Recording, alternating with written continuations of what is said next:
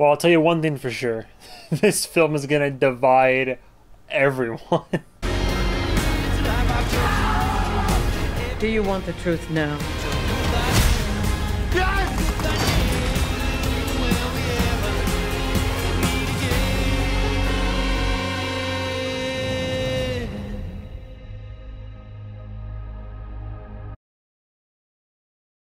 And today we have Beau is Afraid. If you don't already know, Beau is Afraid is the latest and greatest by one of the latest and greatest in directors. You've probably seen the poster, heard the name, heard Joaquin Phoenix, heard Ari Aster over and over again for a variety of reasons, but yeah, we're gonna jump right into it.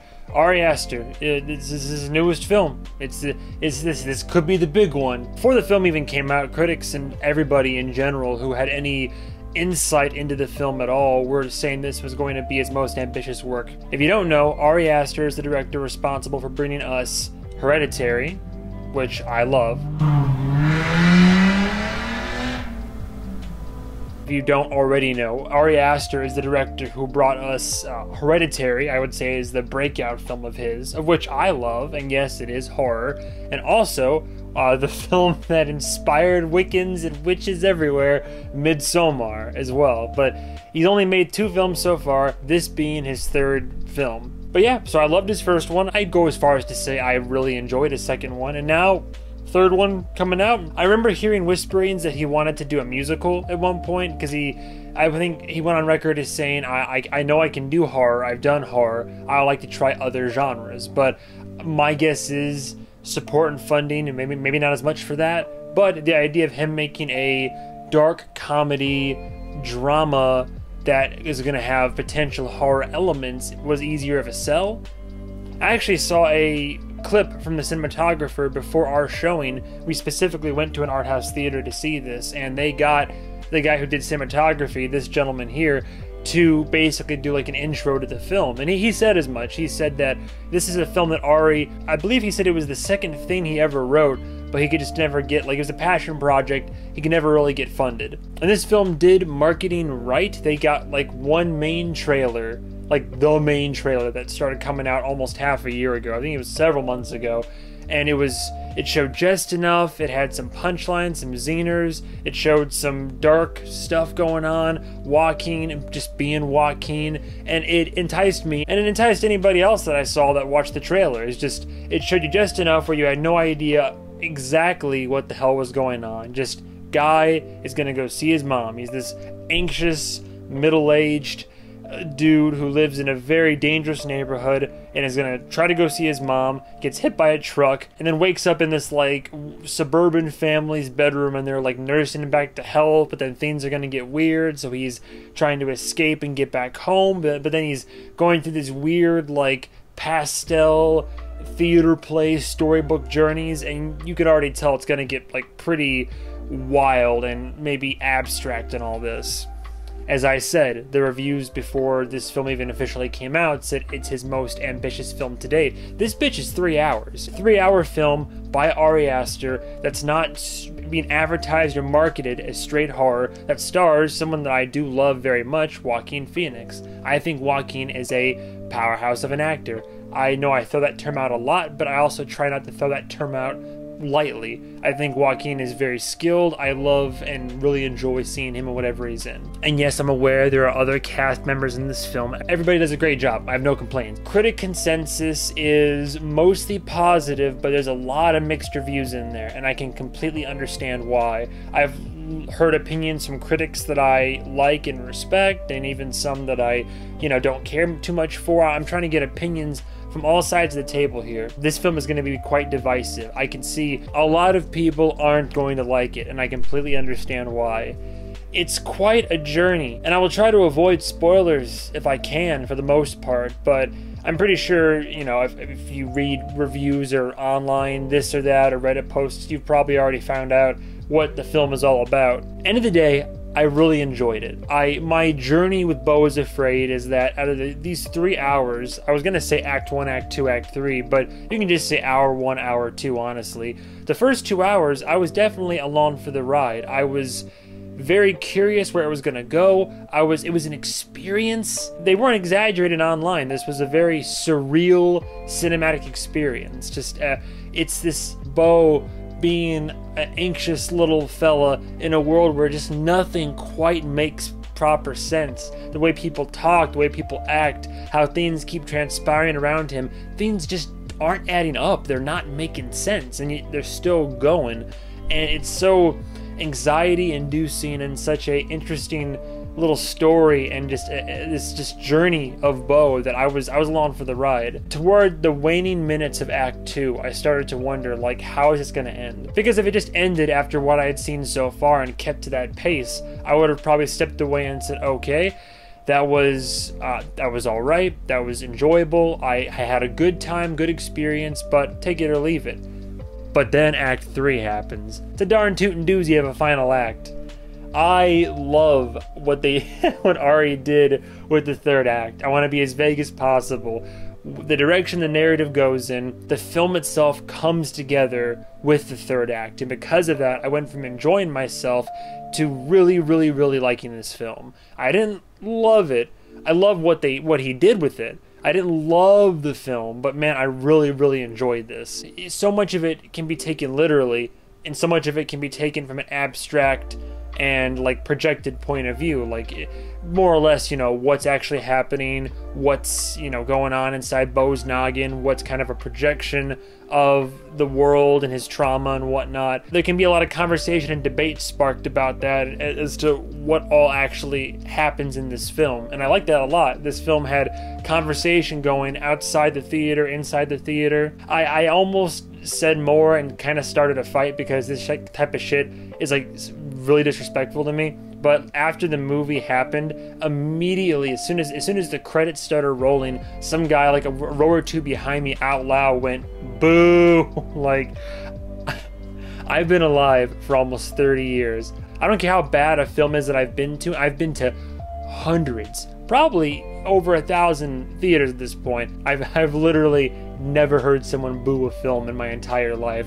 I thought it only happened in the movies or in a shitty stand-up comedy club in like New York or something, but no, this fucker was just like, boo. It was like, so clearly some people weren't a fan of this film. Again, I'm just kind of gauging in vagaries because I don't want to spoil the film. People have said this, I agree. If you're expecting something like Hereditary or Midsommar, no, this film is not like those. Same director, it's not any of that. Forget everything you know about what Ari Aster's been doing for the most part in his films, and complete, contained stories and narratives. Because Beau is this is something else. But it also makes me happy that something this ambitious, this large, this long, this artistic, this clearly a passion project of a film can be made in our world today by a studio that is now as big as A24, be published and marketed, and from what I'm seeing online and from what I'm generally hearing, for the most part, be then accepted by a fairly wide audience. I think a lot of it is my generation, I could be wrong, but like, we're willing to accept, you know, the weird, the wild, the wacky, and the anything's possible mentality. So, and you know me, like if you know anything about me and my taste in film, I'm so willing to accept anything you throw at me because I crave and I love the unconventional and the different. And as long as it makes some type of semblance of sense, and as long as there's effort and thought and some type of like coherency involved in it, then I'm willing to let you get away with murder in these films. Like I love to see how people can push the bounds and the envelopes of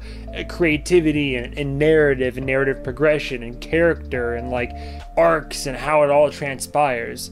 So when I say this film is so far the most unique film that I've seen this year, again, I don't throw that term around lightly. Now granted, doesn't mean I loved it. I know. Last year I said Everything Everywhere All at Once was the most unique film I had seen that year, and it was also, hands down, my favorite. It has its flaws. The film really does hinge on like Joaquin Phoenix and his performance. I've never seen a more traumatized man in my entire life, and here we are. This man is shuffling, terrified through life, and all the shit that happens to him just compounds that trauma and adds on. It's really, I know I said it's not a horror film, but this film is, when you see how the story pans out, this is one of the most horrific stories I've ever seen, like on screen in a cinema.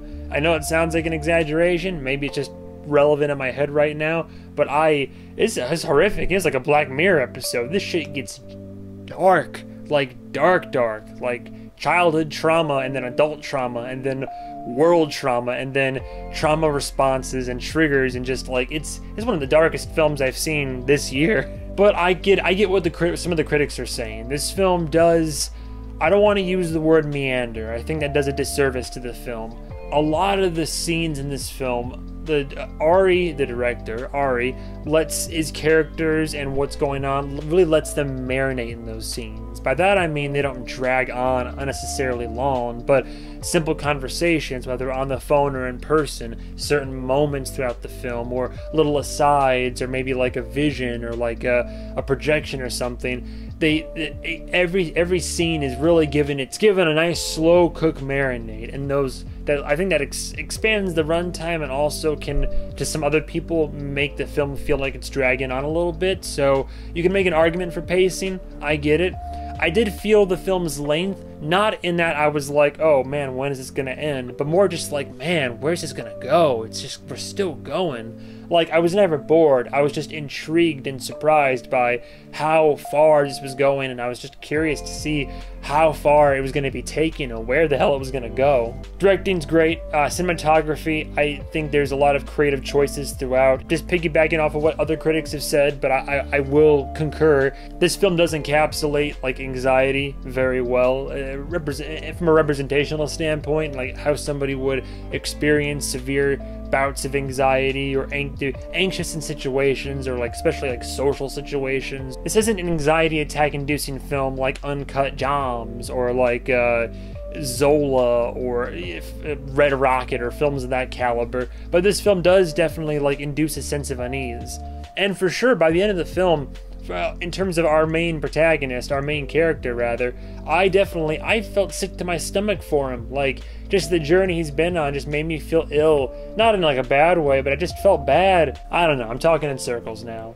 Is it my favorite Ari Aster film? No, but I definitely would say that out of all of his films, I've really enjoyed all of them. I really love what Ari did with this film. I thought it was quite an experience. I actually am probably going to go see it again just because I want to see it in IMAX before it goes away. There's very limited show times, but I want to experience the film again. It is unconventional. It takes inspiration from other films that have really paved the way for cinema, and I think it does it well, but there are scenes of heavy marination, as I previously said, so there could be mild pacing issues, as well as the story being a very unconventional story. It might work for some people, it might not work for others, and I get that. I didn't really make notes for this review, again, I just kind of gone off the top of my head, because it's just hard to... I mean, you can analyze this film till the cows come home. There's hours, literally, worth of footage, and I'm sure hours worth of video essays about what you could say about this film, and go into what it really means, and what was real, what wasn't real, characters, motivations, and all that. I'm pretty sure I have a solid idea of what happened in my head, but I also know that it's like malleable and could be taken in either direction. I thought it was really good, but not perfect, and I don't really have MLA style bullet points for this one. I just have my gut and my heart, and I gotta say I would give Beau is Afraid a solid 4 out of 5. That was what my gut said, a solid 4 out of 5. I'm one of the guys in the audience who I enjoyed my time with it. I was taken on a journey 3 hours long that felt long only because it was just felt like an odyssey, like an epic. Joaquin completely is the driving force and grounds this film with a stunning performance. He put his whole finuxy he put his whole finuxy into this. There were so many unique experiences in this film, especially the opening, the first like minute, 2 minutes of this film. I'm not sure if I feel like it's been done before to some extent, but the way that it was with the audio and the visual, like, but mostly the audio, I don't think I've ever seen something like that before. Super, super fucking dark, well acted by everybody involved in the film. I felt the whole spectrum of emotions. I laughed out loud. I squirmed in my seat. I felt anxious myself and uncomfortable. If you have similar taste in film as I do, or if any of that sounds interesting, I say go see it in cinemas. I say it's worth viewing. Even if you end up hating it, I think it's an experience worth going through to at least say you hated it, or that you really liked it, or that you kind of liked it. I think it's one of those films that's just like an experience that at the very least you should have one time. Like, go see it so you either have a good story about a bad movie, or so you can come back and say, man, that was so curious, artsy, and thought-provoking, and that was so well done, like me, and if you want to be in that boat with me. Otherwise, I mean, sure, you can stream it, but I feel like streaming it does it a little bit of a disservice. That's all I gotta say. I rambled for a while. Beau is Afraid, 4 out of 5. Ari Aster, I don't know if I can say you knocked it out of the park as well as your first two, but I think you've done it again. I think you've made another, at its base, you made another really great film, and I thank you for it. Stay tuned for the next episode of whatever movie I review. And goodbye, travelers.